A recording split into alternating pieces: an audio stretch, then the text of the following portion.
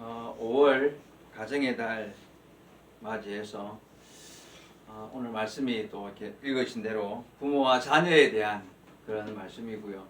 또 내용도 또 가정에 대한 이야기가 되겠습니다. 행복한 가정을 꾸리는 것은 모든 사람들의 바라는 마음일 것입니다.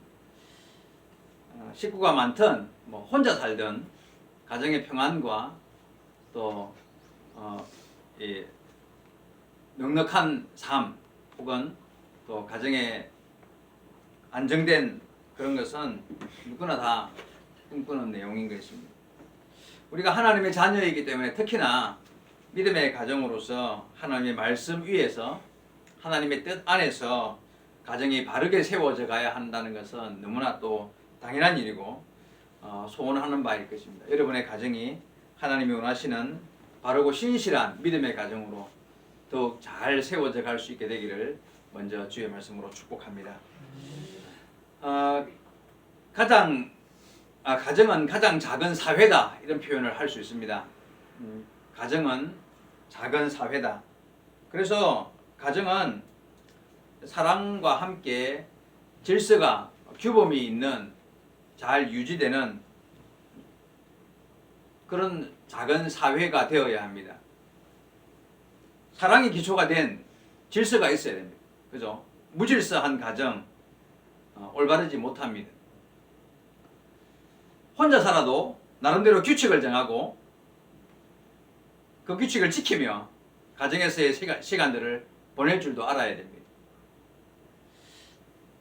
여러분, 안정된 가정은 안정된 사회의 기초가 되는 것이에요. 그렇죠? 불안한 가정들이 모이면 당연히 그 사회는 불안한 가정에서 모인 사람들의 사회는 불안하고 불안정한 사회가 될 수밖에 없는 것입니다. 그 옛날에 로마 제국 얼마나 엄청난 힘과 권력, 부와 모든 것을 갖춘 그런 로마 제국이 망한 이유가 뭔지 압니까, 여러분? 가정이 망해서 가정에 온전하지 못한 가정들이 결국 사회를 전쟁으로 나라가 망하는 건 어쩔 수 없지만 전쟁이 아닌 그냥 평범한 전쟁으로 망하는 나라가 아닌 전쟁 외에 망한 나라들을 보면 어떤 제국이든 보면 그 사회가 망하게 되었기 때문에 사회가 망하는 이유는 가정이 망했기 때문에 결국 나라가 망하는 것을 우리는 역사적으로 볼 수가 있습니다. 그래서 가정의 안정은 결국 안정된 사회의 기초가 된다는 것을 우리는 알 수가 있죠. 자, 가정의 안정은 어디로부터 오는가? 여러분 생각 어떻습니까? 가정이 안정되려면 어떻게 해야 가정이 안정될 수 있을까요? 돈 많으면 가정이 안정됩니까? 그렇게 생각하기 쉽습니다. 왜냐하면 사탄이 우리에게 날마다 그런 마음을 심어넣기 때문에 돈이 있으면 평안하지 돈이 있으면 싸울 일이 없지. 돈이 있으면 다 해결되지. 그런 마음을 우리 마음속에 심습니다만은 그렇지 않습니다. 오히려 돈은 가정의 화근을 만드는 더 근본적인 이유가 돈이 되기도 합니다. 가정을 만드신 하나님의 뜻 안에서 오직 하나님의 뜻 안에서 가정은 안정을 이룰 수 있고 가장 바른 모습으로 가정이 유지될 수 있다는 사실을 우리는 믿어야 됩니다. 이거를 못 믿으면 가정을 위해서 기도하지 않아요. 여러분 솔직히 가슴에 손을 얹고 생각해 보세요. 내가 내 가정을 위해서 얼마나 진실한 마음으로 기도하고 있는가. 가정에 어려움이나 문제가 생길 때 진실로 하나님의 은혜를 구하고 기도하면서 가정을 위하여 내가 뭔가를 노력하는 경험이 있는가. 여러분 잘 생각해 보셔야 됩니다. 가정을 위해서 뭔가 어렵고 힘든 물질적인 어려움이든 건강의 어려움이든 어려움이 있을 때 정말 가정을 위해서 기도하는 태도가 없다면 여러분 행복한 가정 만들 수 없습니다. 왜냐하면 태초에 하나님이 아담과 하와를 만드시고 첫 가정을 만들으셨는데 여러분 세상에 수많은 조직들이 있지만 정부 조직도 있고 국회도 있고 많은 조직들이 있지만 하나님이 만든 조직은 딱 두 가지밖에 없습니다. 뭔지 아십니까 여러분? 하나님이 만드신 세상의 조직, 가정, 교회 둘밖에 없어요. 교회보다 먼저 가정을 만드셨죠. 그래서 지금도 하나님은 가정을 인도하시는 분이 하나님이십니다. 여러분이 문제가 있다고 생각하고 가정을 위해서 기도하는 것을 하나님이 가장 기뻐한다고 생각해요. 가정을 위해 기도하면 어떤 기도보다 먼저 들으시고 온전한 가정을 만들기 위한 노력하는 수고하는 그 수고를 가장 귀하게 여기시는 줄로 믿습니다. 여러분, 가정을 귀하게 여겨야 돼요. 그리고 기도해야 돼요. 어려움이 있으면 가장 먼저 해야 될 기도가 가정을 위한 기도라고 생각합니다. 여러분, 오늘 말씀을 통해서 내 가정을 돌아보고 말씀의 기초가 된 그런 행복한 가정을 만들어가기 위하여 기도하는 여러분 되시고 또 결국 그런 가정을 만들 수 있게 되기를 주의 말씀으로 축복합니다. 본문은 가정을 바로 세우기 위하여 자녀가 해야 할 일이 무엇일까? 부모가 해야 할 일은 또한 무엇인가? 그 규범이 무엇인가를 말씀하고 있습니다. 자, 다시 한번 본문을 볼게요. 1절에 보니까 자녀가 해야 될 일 가운데 주 안에서 부모에게 순종하라는 말씀이 있습니다. 자녀들아, 주 안에서 너희 부모에게 순종하라. 이것이 옳으니라 하고 1절 말씀이 시작됩니다. 순종. 여러분, 부모님에게 순종하고 있습니까? 부모님 말씀에 순종 잘 하십니까? 순종하시기 바랍니다. 그게 옳은 일이라고 말씀하십니다. 근데 여기 보니까 주 안에서 너희 부모에게 순종하라. 여기서 주 안에서라는 말씀은 어떤 의미일까요? 부모에게 순종하기는 순종하는데 하나님의 명령과 뜻 안에서 순종하라는 것입니다. 하나님의 명령과 하나님의 뜻 안에서 순종하라. 부모가 너 교회 가지 마. 부모가 자식을 학대를 해. 그런 것은 주 안에서 주의 명령과 벗어난 일이잖아요. 그죠? 그래서 주 안에서 부모에게 순종해야 됩니다.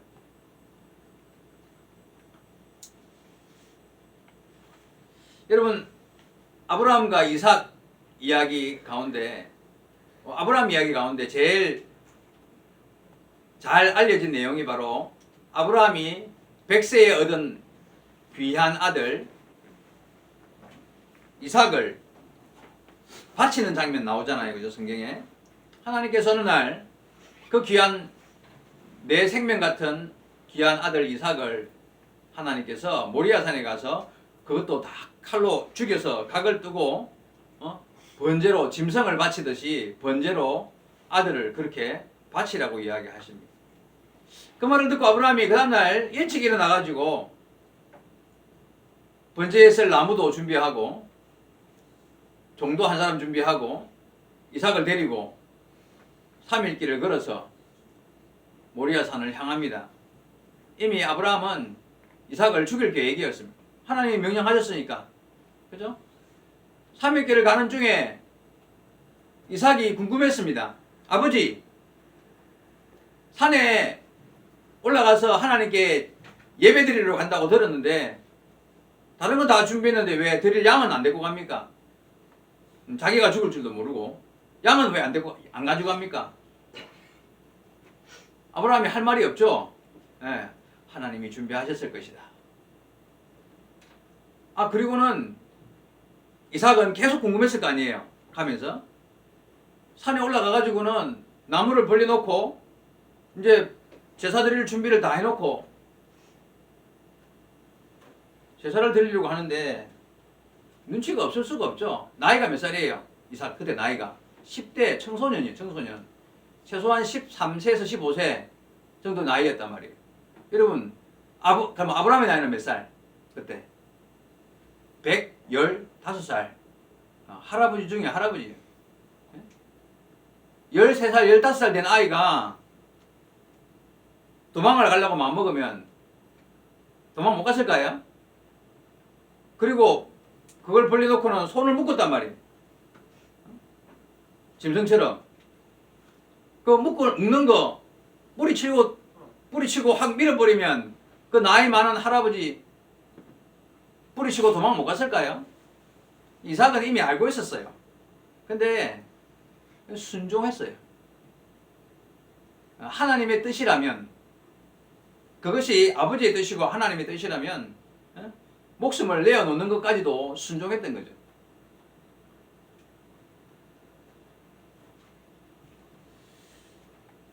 자, 이렇게 이렇게까지야 순종할 수 있겠습니까 우리가 그죠?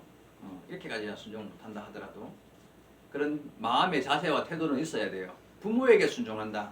이게 목숨을 건 일이 될 만큼이나 그런 태도로 순종의 자세가 있어야 합니다.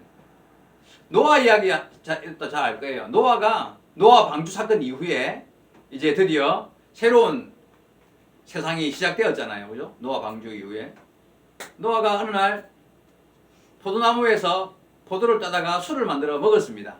그리고는 장막에 대낮에 헐떡 붓고 아무것도 안 걸치고 자기 장막에 누워서 잠을 자고 있었단 말이에요. 아들 셋, 셈과 함과 야벳. 그 중에 함, 둘째 아들이 무슨 일로 아버지 장막에 들어갔다가 아버지가 홀딱 붓고 술에 취해 잠자고 있는 모습을 봤죠. 응? 그래가지고 둘째 아들 함이 밖에 나와가지고 말이지. 우리 아버지 하나님의 음성을 듣고 그냥 방주도 만들고 정말 대단한 줄 알았더만 저 홀딱 붓고 잠잔다면서 술 취해가지고 그런 말을 했단 말이에요. 그 말을 들은 첫째 아들 셈과 셋째 아들 야벳이 어떻게 했습니까? 옷을 뒤로 들고 아버지의 부끄러움을 바라보지 않고 뒤로 들고 들어가서 아버지를 가려 드리는 내용이 나옵니다. 그 이유는 뭘까요? 아버지의 위엄을 존중하는 마음, 섬김과 공경의 태도라고 할 수 있겠죠. 그죠? 그게 순종입니다. 순종. 결과에 대해서는 내가 나중에 나오는 이야기 다 알고 있으니까. 근데 그런 태도가 부모를 향한 그런 태도가 결국 순종의 자세라고 할 수가 있을 것입니다. 여러분, 부모에게 이런 태도로 순종하시기 바랍니다. 대답을 아무도 안 하네. 대답을 아무도 안 하네. 여러분, 그 성경에는 부모를 향하여 이런 태도를 가지지 않고 불순종적인 자식에 대해서 어떻게 말씀하고 계시는 줄 압니까? 부모를 향하여 불순종적이고 바르지 못한 태도를 가진 자, 출애굽기 21장 15절과 출애굽기 21장 17절에 이렇게 나와 있습니다. 자기 아비나 어미를 치는 자는 반드시 죽일지니라. 자기 아비나 어미를 저주하는 자는 반드시 죽일지니라. 군더더기 없이 그런 놈은 반드시 죽이라고 딱딱 기록이 되어 있습니다. 제가 이 설교를 준비하면서 갑자기 옛날에 우리 어머니가 했던 이야기가 기억이 나는 거예요. 옛날에 우리 어머니 살아계실 때 내가 옛날에 실제로 어머니가 겪었던 이야기인데 아마 나이가 20살, 30살 젊었을 때, 아주 젊었을 때였던 것 같아요. 그때 이제 시골 장터에 그 젊은 사람들이 모여서 이렇게 술을 마시고 이렇게 있었던 것 같아요. 근데 어머니가 그 옆에 술 먹는 사람들 옆에 이제 이렇게 무슨 일로 있었는데 술을 먹고 있는데 한 할아버지 한 분이 거기를 지나가다가 보니까 자기 아들이 거기서 같이 술을 먹고 있는 거지. 그래서 그 할아버지가 그러니까 그 보고 지나가다가 아들이 있으니까 얘야 너무 많이 마시지 말고 좀 이따가 집에 들어가거라 내가 먼저 갈게 하면서 아들 술 반쯤 취해 있는 아들한테 이제 한 소리를 하고 지나가려고 한 거예요. 그러니까 아버지 입장에서는 그럴 수 있잖아요. 그죠? 아들이 막 술 먹고 있으니까 이제 너무 많이 마시지 말고 좀 이따가 해도 다 돼가니까 집으로 가거라 하고 말했는데 이 아들이 벌떡 일어나더만 아버지 멱살을 잡는 거예요. 술도 물론 반쯤 취했기 때문에 자기 아버지인 줄 알면서 멱살을 잡고 막 흔드는 거야. 그 힘없는 그 노인 할아버지인데 그 젊은 놈이 술 취해갖고 멱살 잡고 막 바짝 들리는 거지 뭐. 그래가지고 때리는 거예요. 멱살을 잡고는. 네가 뭔데 나보고 아버지만 다냐고 뭐 해준 게냐 이러면 뭐라 하면 이래 그랬을 거 아니에요. 그걸 옆에서 어머니가 보고 있었던 거예요. 우리 어머니가. 근데 그 할아버지 맞는 할아버지의 얼굴 표정과 했던 말을 평생에 잊을 수가 없다라는 거예요. 어머니가 하는 말이 뭐라고 어떤 표정으로 무슨 말을 했을까요? 자식한테 얻어맞는 아버지가 어떤 표정을 지으면서 무슨 말을 했을 것 같으면 여러분 한번 생각해 보세요.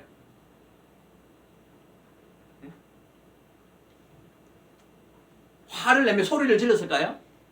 그 할아버지가? 자기 자식 보고? 아니요. 어머니가 하는 말이 뭐라 그랬냐면 저는 직접 못 봤는데 어머니가 너무 표현을 잘했어요.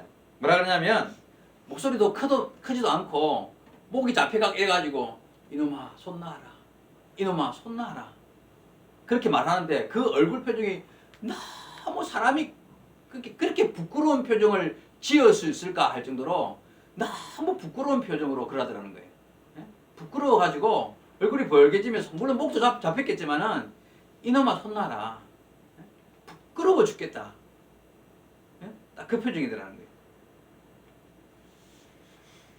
자식의 행동이 부끄럽고 그런 자식을 키운 내가 부끄러운 거겠죠. 저놈이 내 자식인데. 여러분 이런 자식은 어떻게 하라고요? 반드시 죽이라고. 죽여. 근데 지금은 이런 자식 없을 것 같습니까? 소리 소문 없이 부모 죽이려고 하는 사람이 얼마나 많은 줄 알아요? 자기 부모님 재산 가지고 소송 걸어가지고 자식들끼리 싸우고 법정 다툼 법원에 가가지고 물어봐봐요. 소송 걸리고 다툼 벌어지는 일 가운데 절반 이상이 가족관계, 절반 이상이 친척과 연결된 자식들끼리 부모와 자식 간의 관계, 이런 관계로 소송이 훨씬 많아요. 남하고 있는 것보다. 지금이 그런 세대입니다. 전부 다 하나님 앞에서 반드시 죽여야 할 죄인들이라는 것을 기억해야 돼요.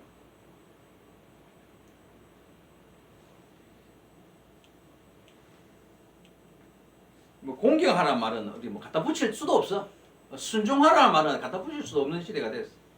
그래서 성경에는요, 디모데후서 3장 2절, 로마서 1장 30절, 부모를 거역하는 자라는 표현이 나오는데, 이게 왜 나오냐면은 말세의 징조 중에 하나, 마지막 때, 세상이 망할 때, 주님이 다시 오는 그때가 되면 말세가 될 텐데, 그때의 한 징조 중에 하나가 부모를 거역하더라는 거예요, 사람들이. 예? 그리고 구원받지 못할 자로 분류된 자 중에 이렇게 부모를 거역하는 자로 분류되어 있습니다. 여러분, 부모님의 낯을 부끄럽게 만드는 자식들이 되지 말아야 되지 않겠습니까? 주 안에서 부모님에게 기쁨과 자랑스러운 자녀들이 되시기 바랍니다. 자, 설명이 길어지면 안 되니까 바로 두 번째로 2절로 넘어가겠습니다. 이게 보니까 부모에게 잘 순종하는 자에게는 주어지는 복이 약속되어 있어요. 사실 복 안 주셔도 해야 할 일이지만, 그런데 2절에 뭐라고 되었습니까? 내 아버지와 어머니를 공경하라. 이것은 약속이 있는 첫 계명이니, 아버지와 어머니를 공경하랍니다. 앞에 1절에서는 순종하라 하겠고 공경하라고 표현이 되어 있습니다. 약속이 있는 첫 계명, 뜻이 뭐냐면, 여러분 10계명이 있잖아요. 하나님이 주신 10계명. 그 가운데 1, 2, 3, 4계명은 하나님과의 관계잖아요. 하나님과의 관계에서 우상을 섬기거나 다른 신을 섬기지 말라, 우상을 만들지 말라, 이런 말씀과 함께 하나님의 이름을 망령되이 걸지 말라, 그리고 안식일을 기억하여 거룩하게 지키라, 이런 하나님과의 관계의 규범들을 1, 2, 3, 4 계명에 기록을 하고 있어요. 그리고 나서 5계명부터 마지막 10계명까지는 사람들과의 관계를 말하는데, 근데 그 첫 5계명, 그러니까 두 번째 계명군의 첫 번째 계명인 5계명이 바로 내 부모를 공경하라. 내 부모를 공경하라. 인륜의 첫 계명이다. 인륜의 첫 계명. 근데 이 계명을 지키는 자에게 축복을 약속하셨습니다. 어떤 축복이었을까요? 3절, 오늘 본문의 3절, 이로써 내가 잘 되고 땅에서 장수하리라, 이런 복을 약속하셨다는 거예요. 부모를 공경함으로써 내가 잘 되고 땅에서 장수하리라. 그럼 일찍 준 사람은 다 부모 공경 안 하는, 그런 의미 아닙니다.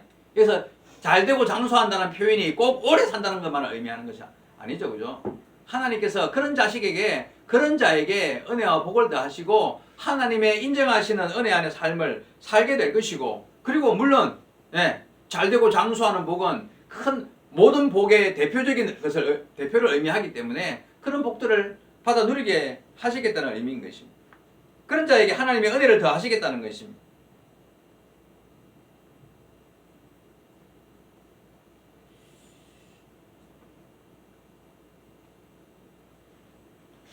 물론 이런 복을 약속해 주시지 않아도 자녀된 자가 부모님을 잘 공경하는 것은 당연한 일인 것입니다. 공경, 여러분 공경. 저는 전에 이런 생각을 해본 적이 있습니다. 왜 부모 공경이라는 말을 쓰고 부모님을 사랑하라는 말은 왜 안 하지? 부모를 사랑하라는 말은 성경에서 안 나와요. 이웃을 사랑, 원수까지도 사랑하라는 말은 나오는데 부모를 사랑하라는 말은 잘 안 써요. 성경에 공경하라, 순종하라는 표현은 나오는데 이유가 뭘 것 같습니까? 제 생각에요. 부모를 사랑하기가 쉽지 않습니다. 이유가 뭐냐면 부모에 대한 기대치가 높기 때문에 그래요. 내 부모이기 때문에 함께 살아온 시간들 이런 거 따지면 부모에 대한 기대치가 높기 때문에 보통 대부분의 사람들은 부모를 마음으로 이해하고 포용하는 것보다는 오히려 갈등과 불평이 쉽게 일어나게 되어 있습니다. 왜? 그 기대치 때문에 그래요. 다른 부모에 대해서는 안 그런데 내 부모에 대해서는 그런 쉽게 이해하고 포용하려는 태도가 일어나지 않습니다. 그래서 사랑이라는 표현이 참 부모에 향해서는 내리 사랑, 자녀에 대한 사랑은 가능한도 해도 부모에 대한 사랑은 쉽지 않습니다. 그래서 하나님은 부모에 대해서 감정에 호소하는 말, 사랑하라고 말하지 않고 태도에 대한 호소로서 공경을 주문하신 것입니다. 부모는 공경해야 돼요. 자, 예를 들면 이런 겁니다. 길 가다가 처음 보는 할머니가 무거운 짐을 들고 갑니다. 도와줄 수 있습니까? 없습니까? 도와줄 수 있죠. 사랑해서 도와줍니까? 공경해서 도와줍니까? 공경이에요. 나이 많으신 분이 무거운 짐 들고 가면 위험하고 힘드니까 내가 처음 보는 사람 사랑하는 마음은 없어요. 그분을 사랑한다고 표현할 수 없잖아요. 그죠? 근데 그분의 지금의 상황과 어려움을 보고 내가 공경의 자세로, 공경의 태도로 그를 섬겨줄 수는 있는 것입니다. 부모는 사랑하라고 하지 않고 공경하라고 합니다. 이유가 뭡니까? 내 마음에 맞지 않아도 부모와 생각이 달라도 이해하고 사랑하기 어려워도 공경의 태도를 유지해야 할 대상이 부모라는 거예요. 공경의 대상으로 바라볼 줄 알아야 한다는 거예요. 내가 행동이나 말이 이해 안 돼. 보니까 왜 저러는지 모르겠어. 이런 마음이 들 때가 많아요.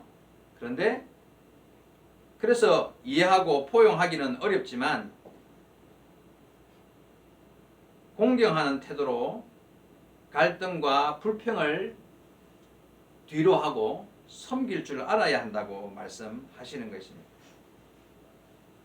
그렇게 부모를 잘 공경함으로써 하나님께서 약속하신 약속의 복을 받아 누릴 수 있는 것입니다. 우리 에바다 농화교회 성도들, 자녀된 우리 학생들, 청년들한테 오늘 내가 하고 싶은 말이 참 많습니다. 어버이 주일은 지났지만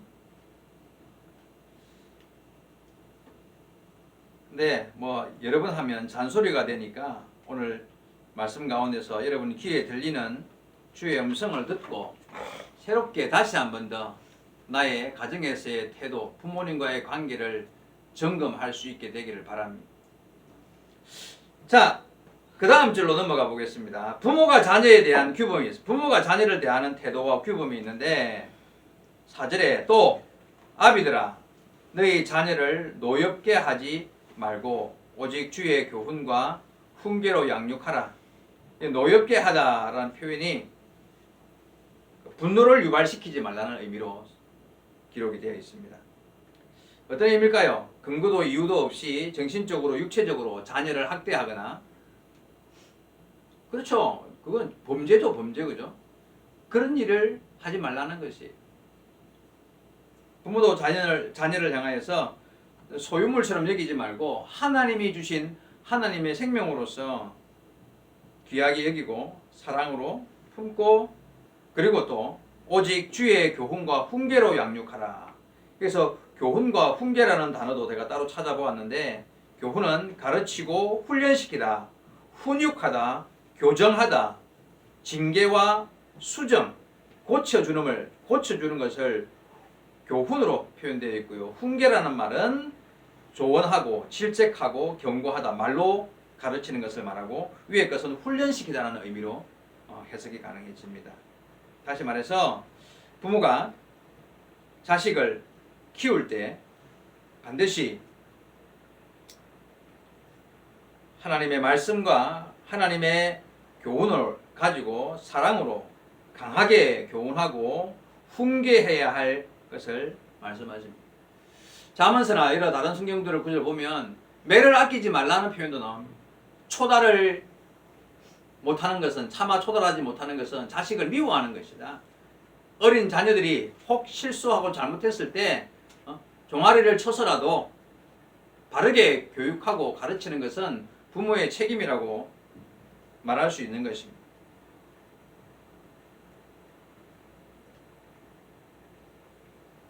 여러분, 성경이 말씀하시는 바르고 아름다운 사랑과 질서가 있는 그런 가정을 만들어 가시기 바랍니다. 연세가 많은 부모님이 계신다면 잘 섬겨야 합니다. 마음이 평안하도록 위로와 돌봄을 다하여야 합니다. 젊은 부모가 계시면 부모님과 친해지도록, 가까워지도록, 지금보다 더 가까워지도록 노력하셔야 합니다. 특별히 우리 농아인 부모님을 둔 우리 교회의 특성상 좀 더 다른 부모들보다 섬세한 배려가, 자세가 필요합니다. 필요를 채워주는 노력들을 반드시 해야 됩니다. 이 자리에 있는 학생들, 청년들은 그나마 다행입니다. 제가 보기에. 이유가 뭐냐면 가정에서만큼은 우리 농아인 부모님들이 소통이 어려움이 없어야 되겠죠.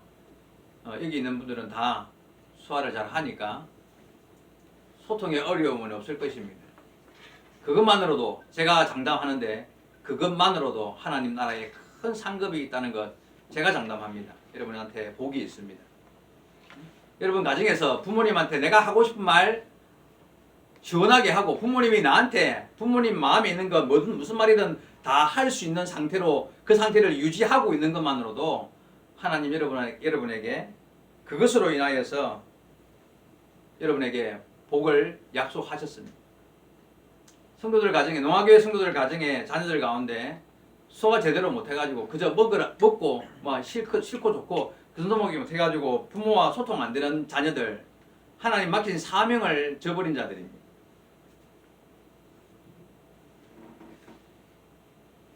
그리고 완벽한 수와 부모와 소통할 수 있는 것, 그렇기 때문에 그 상태로 부모님에게 새로운 정보도 전달해드리고, 그것보다 더 기쁜 일은 없어요.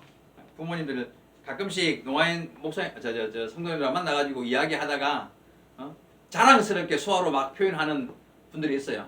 뭐냐면 요즘에 일어나고 있는 정치적인 사건, 또 새로운 이런 이슈가 되는 문제들, 그런 것들을 가지고 막 수화로 표현을 해요. 그러면 물론 그분이 신문을 읽고 아니면 인터넷에 나오는 내용을 자세히 읽어서 그런 내용을 나름대로 잘 농아인들 앞에서 표현을 할 수도 있겠지만, 그런 거 못 하시는 분들도 있잖아요. 그죠? 잘 안 하시는 분들 있잖아요. 그런 분들은 그냥 그런 거 없다. 그런 일도 있네. 그래. 그 일이 그렇게 해결됐다구나. 이런 문제가 나오잖아요. 그러면 그걸 자랑스럽게 표현을 한다는 것은 나름대로 그런 정보들에 대해서 내가 민감하게 잘 알고 누군가에게 알려주는 것에 대한 어떤 자부심이 있다는 이야기거든. 여러분 가정에서 그런 거 해드려야 돼요. 예를 들어서 얼마 전에 산불 났다.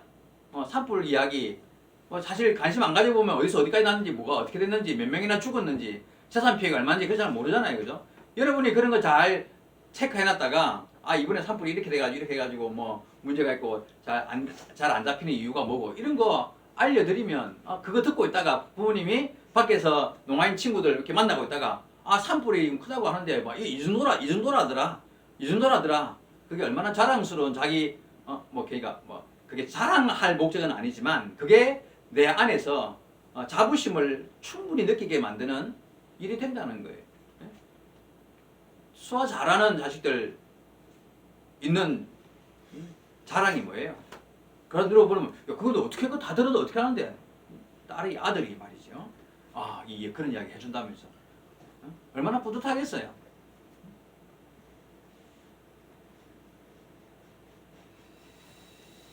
부모 공경 어려운 거 아닙니다. 순종 어려운 거 아니에요. 부모님 낯을 세워드리는 거예요. 부모님 사람이기 때문에 허물이 많아요. 실수도 해요. 그죠? 그럴 때 그 허물을 덜쳐내지 말고 뒤로 걸어 들어가서 부끄러움을 가려드리는 자세, 그게 순종의 자세고 공경의 자세인 거예요. 맛있는 거 사드리고 막 이렇게 뭐 여행 보내드리고 그것만 꼭 잘하는 겁니까? 그렇지 않습니다.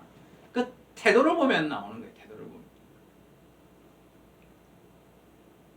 요즘에 부모들이 요즘 부모들이요, 자식들한테 기대 안 해요. 나만 안 괴롭히면 다행이다. 그런 표현 하잖아요. 요즘 부모들이 그래요. 자식들이 커가지고 괴롭히지만 않으면 다행이다. 이런 말 해요. 저도 그런 생각합니다. 내가 뭘 기대를 자식들한테 막 4명이나 있지만 내가 뭐 기대할 것 같습니까? 기대 그거 안 해요. 너가 알아서 잘 그냥 괴롭히지 말고 늙어가는 부모 그 돈이나 뜯어가지 말고 너가 알아서 벌어서 열심히 잘 살면 그걸로 만족이지. 내가 무슨 공경할 대단한 효도를 받기를 기대하고 있을 것 같습니까? 그렇지 않습니다. 여러분 부모님 마찬가지. 근데 기대 안 했는데 잘 섬겨주고 잘 해주면 그거야 뭐 기분 나쁠 건 없지. 근데 그렇게 하면 성경에 복이 있다고 하니까 내가 가르치기는 가르쳐야 될 거 아니야. 목사니까. 여러분 배워야 돼요. 부모님 잘 공경해야 돼요. 잘 섬겨야 돼요. 할 수 있으면 힘껏 챙겨드리고 섬겨야 돼요. 나는 부모가 없어요. 그런 마음이 드십니까? 그러면 우리 교회가 한 가정 아닙니까? 교회 안에 나이 드신 분들 부모라 생각하고 목회자, 나는 아직 섬김 받을 만한 목회자는 아니지만 우리 이번 목사님 같이 연세 많으신 목사님들 섬기는 태도로 그렇게 섬기면 그게 내가 부모님이 일찍 돌아가셔가지고 내가 섬김을 잘 못 해봤다. 그럼 지금도 안 늦은 거예요. 내가 살아있는 동안에는 섬길 수 있는 사람들이 얼마나 많습니까? 섬기면 되는 거예요. 그런 마음과 태도로 잘 어른들을 섬기는 자가 부모 공경하는 자에게 하나님이 약속하신 은혜와 복을 그런 자가 받고 누리고 살아가게 될 것입니다. 기도하십시오. 내가 처음에 그런 말씀 드렸죠? 가정을 위하여 하는 기도는 하나님이 가장 귀 기울이시고 빨리 응답하신다고 저는 믿습니다. 왜냐? 가정을 세우신 분이 하나님이시고 지금도 온전한 가정을 만들어가는 것을 가장 큰 일로 하나님은 여기신다고 저는 믿습니다. 여러분 가정에 혹 자그마한 크든 어떤 문제가 생겼을 때 내가 내 가정을 위하여 금식까지 하면서 기도할 수 있는 그런 마음의 태도를 가진다면 그 가정은 온전해질 수밖에 없습니다. 발전할 수밖에 없고 하나님 앞에 칭찬받는 믿음의 가정으로 만들어갈 수 있다고 저는 확신합니다. 우리 사랑하는 학생들, 청년들, 오늘 어버이날, 어버이절은 아니지만